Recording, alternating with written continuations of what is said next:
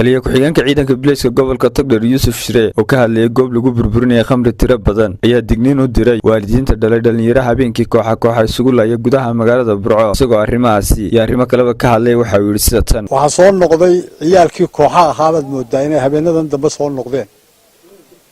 waxa kale oo aad moodaa inay soo noqdeen isla joogta wixii loo oran jiray dadkii dhaqan xumada meelaha u wada taagnaa ee hablihii iyo inanka ahaa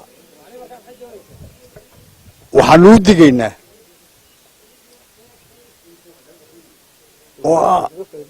aanu kaga faa'iidaysanaynaa halkan in dadkaas ay waalidiintoodu qabsadaan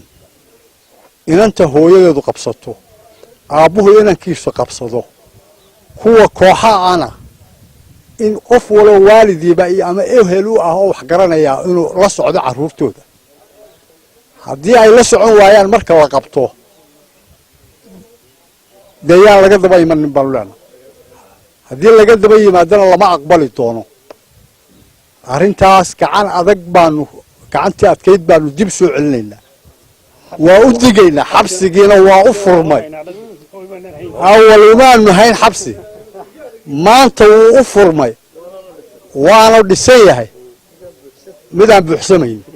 waxaan leenahay waanu u digaynaa dadkaas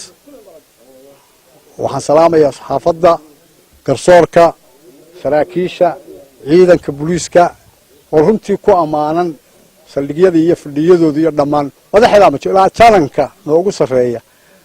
ilaa iyo ka noogu hooseeya wacad baanu ku marsannahay waxa inaanu xumaantaa la dagaalano maxamed cabdi badacas 24 TV magaalada Burco.